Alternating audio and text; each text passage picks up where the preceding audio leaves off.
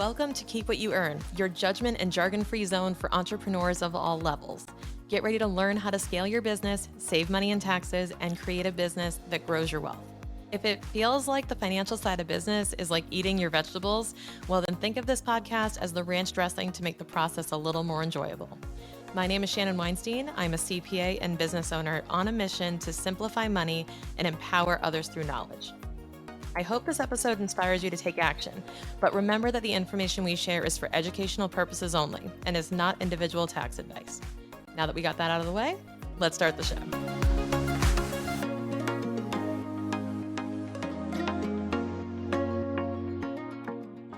So on this episode, I want to share with you the steps to selling a business if you're looking at actually selling your business. Now, this is not super granular. I'm not going to give you like the recipe on how to sell a business from a detailed standpoint. I think I put you to sleep. What I do want to give you, though, are the 4 main phases of selling your business, because chances are you haven't thought about one of these.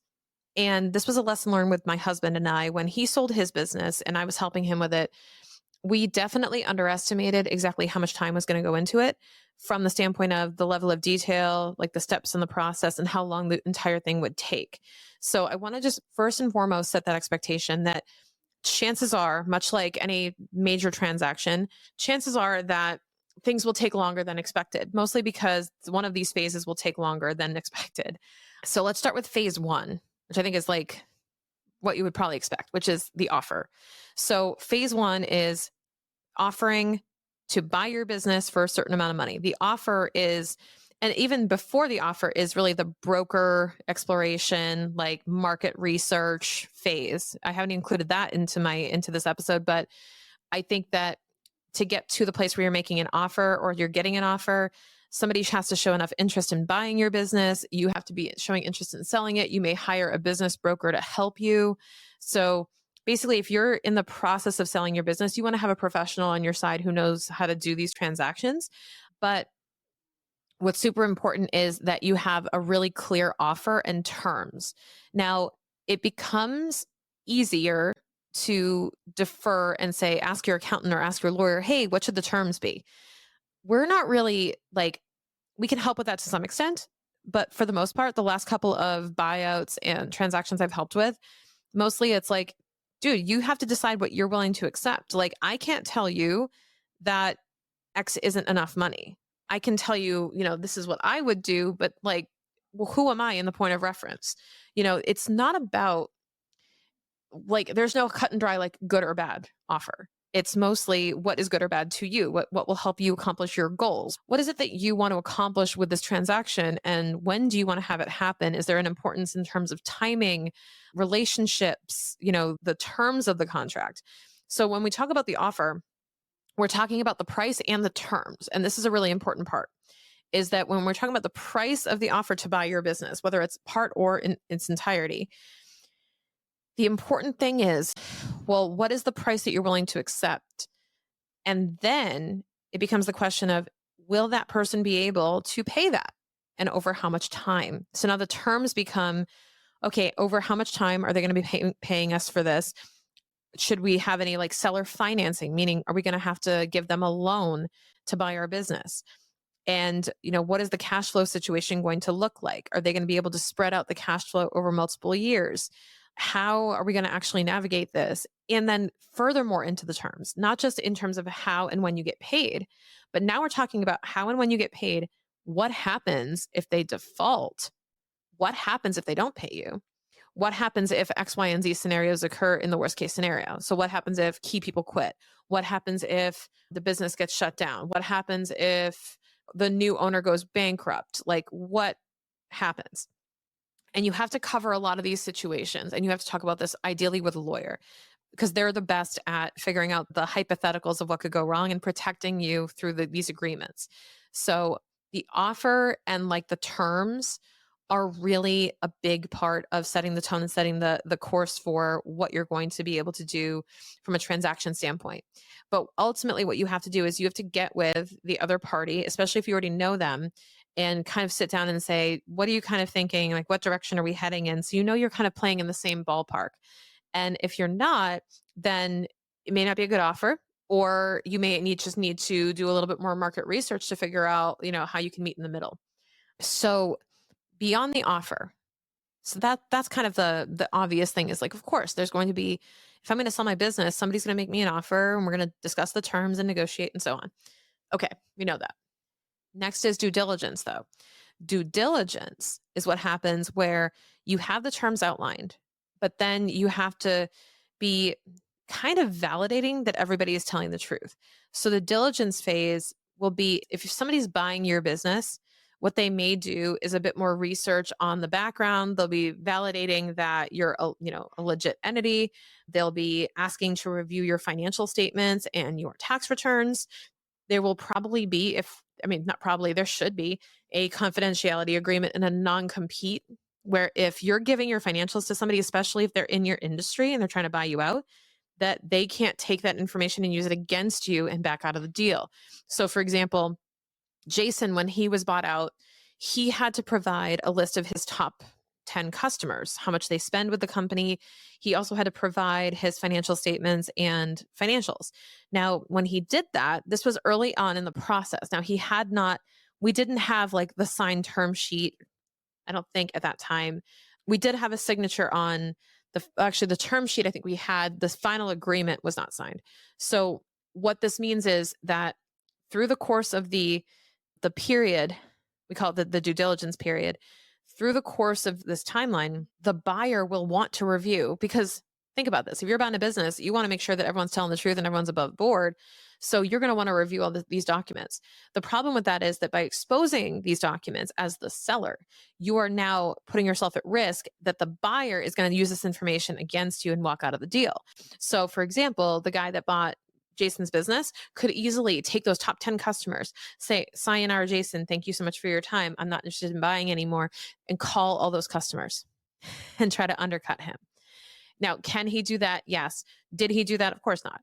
But it's in good faith that you want to make sure that everyone's operating above board and that that's not going to happen. So you have to have these agreements in place like confidentiality, non-disclosure agreements, and so on. So that way this isn't going to happen, or there's recourse if it does, that they have to reimburse you if they try to solicit your employees or your customers. So the due diligence period is really important to be able to provide information to the potential buyer about your company to show that you're legit and put your money where your mouth is. Then there's also a step in here, if you choose to have it, where there's valuation of the company. Now, a valuation of the company can be done by what's called a certified valuation analyst or a CVA. You can have a legit valuation of your business done by a professional. Side note, I'm in the process of getting this certification myself. So you can work on getting a valuation done formally. Otherwise, you can also talk to your accountant about creating some sort of hey, what is the tax impact? What is what's going to happen if I sell my business for X price point? Based on what your basis is in your company, and your basis is essentially a representation of how much the value is of what you own. So if you own shares in your company, how much are those shares worth? And we know that answer from an internal accounting perspective. Now, a valuation done by a CVA would determine that from an external perspective as well. So it would tell you, hey, here's what your business is probably worth in the market based on a variety of factors that we consider. Much of what they do is actually internal as well, like figuring out through your profit and loss and looking at your numbers to figure out what you're worth. But ultimately, the only true measure of the market value of your business is an offer. Is somebody saying, I'm willing to pay this much money for your business. That makes your business what it's worth. It's like a house. Your house is only worth, forget about your mortgage is. Your house is only worth what someone's willing to pay for it. Which is why when a house on the block sells for a higher price point, we all get excited because we're like, yay, all our property values just went up without us doing anything. Hey, real quick, are you learning anything in this episode that you think is share worthy? Well, if you could take a quick screenshot and share any of your biggest takeaways or quotes from this episode, post it to Instagram and make sure to tag me at Shannon K. Weinstein and at Keep What You Earn. Thank you so much for listening to the show. Let's dive back in. So you have to look at what similar businesses have sold for and what people are willing to pay for your business. That is ultimately the best measure of value. But you also have to understand what is the internal value, in a sense, the book value, we call it, of your business according to your accounting books and records. That will dictate how much of a tax burden you're going to have. I can go into that on another episode, but ultimately what you need to know is the book value and the market value of your business. Book value is what you're worth from an accounting standpoint. Market value is what people are willing to pay for your business. And then finally, the last phase is transition planning. So this is something that is probably the biggest time suck out of all of this. And it's the most confusing at times. So for example, when Jason sold his business, we're going to get into this on another episode, he and I, but when he sold his business, there was a ton of transition planning in the sense of he sold it to a colleague and friend of his. So he came in and there were going to be visits. Like they came in, they met in the boardroom and they were discussing the terms of the agreement and discussing, okay, here's what we're going to do. Where can we find, or how is this training going to happen with the new general manager? When can we install him? Taking inventory count as of the day of the deal, for example, taking, stock of what they need to go buy, what needs to be fixed, the state of the vehicles. That's a big thing. That's kind of in the due diligence as well, is like looking at the vehicles and making sure they're all in good condition according to what they're saying on the balance sheet. What else? Transition planning will also include like people. So like getting to know who the key team members are, what hiring needs there are. It's kind of that like transition of the buyer getting to know what they're getting into, the seller training and transitioning out.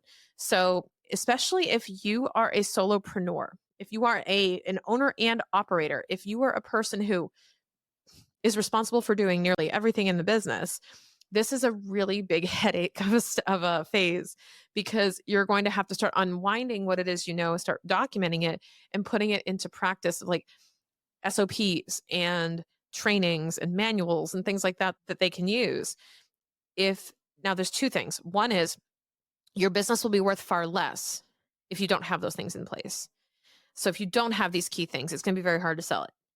Second thing is that if you don't have these things, but you still were able to sell it, maybe even at a discount from what you could have gotten for it, now you're still in this position where you have to at least transition something over to the new owner so that they can be successful. And they're going to expect something out of you. And that's going to be key. So you have to make sure that you have something documented that you can share with them. You can easily change passwords. You can easily change the contact information, that you don't have anything personal in the business. So if you have personal vehicles, you have to change the title. If you have, let's say you're pushing anything personal through the business, you have to transition that out. For example, Jason had a phone line that went to his cell phone that he had to transition. So his phone was being paid for by Budget Dry, one of his phones. And then we had to get that off of Budget Dry's books, obviously. And then we had to transition that over to personal expenses. So it's really important to understand what all is going to be involved in that transition. It's kind of like moving. So if you were to like take an inventory of everything in your house that had to be rearranged and organized when you move, it can be kind of daunting. But once you get into it, imagine if someone said, hey, your moving date is X and I need you to start packing. You're not going to start packing the night before. Some of you might. But the transition plan is really around figuring out how to pack up all your stuff in a place where you can move it, literally and figuratively, if you actually are moving offices. But also, here's the other thing. The closing date of the transaction is typically up in the air. You guys can throw a target out in the air, but it's gonna be a little flexible. Like, it depends on if all of the financing closes, if everyone's ready to go on that given day. It's kind of like a house closing. You guys have all been down to the wire on a house closing before. I take it where you just go, it's supposed to happen today. Like, what's the holdup? What's going on? And it's usually something with the bank. It's always the bank. So what's important is that you're nimble and flexible on that. But imagine, this is kind of how it feels, I think. Imagine you're being told to pack up because we're going to be moving, but you're not told what day the moving day is. It's going to be someday in December. Okay, but like when? So I know when I should start packing, or if I should be living out of a box on 12/1. Like, what are we doing? So that's kind of how it feels, because you never really know when it's going to completely transition. So you have to be in this position where you're ready to box things up. You're ready to transition and share that with the new owners. It is actually pretty stressful. It is really stressful, actually. Kudos to Jason for going through that. I'm watching it and I'm just going, oh, wow, there's a lot more involved in this than we thought. It's not as simple as here are the keys, call me if you need the password to something. It was definitely a longer transition.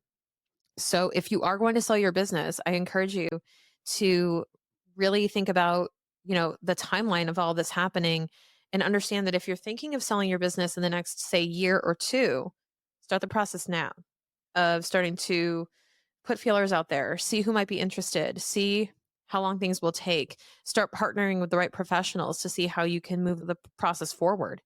And you should be in a better position come the time that you really do want to sell, where it won't feel as rushed. So that would be my advice. If you're looking to sell your business, keep in mind these four phases, truly five, we'll say four and a half. One is like that pre offer stage where you're researching and figuring things out.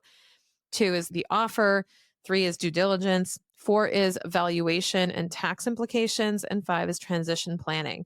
So have a map and an idea, or maybe even a checklist for what you're going to do in each of those phases. So you have a better idea of exactly where you stand in that process, and you can actually usher the process along successfully.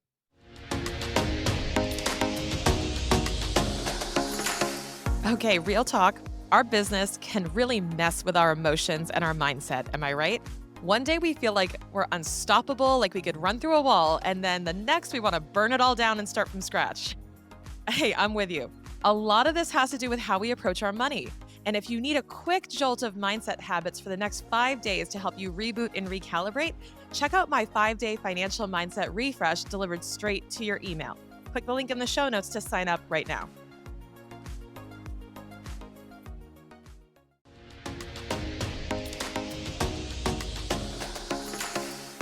Thank you so much for listening. If you enjoyed this episode, please leave a rating and review on your podcast platform. This small action goes a long way for podcasters to get our message heard by more business owners just like you. Be sure to check out the show notes for links to information about our guests and ways to get in touch with me. We'll see you on the next episode.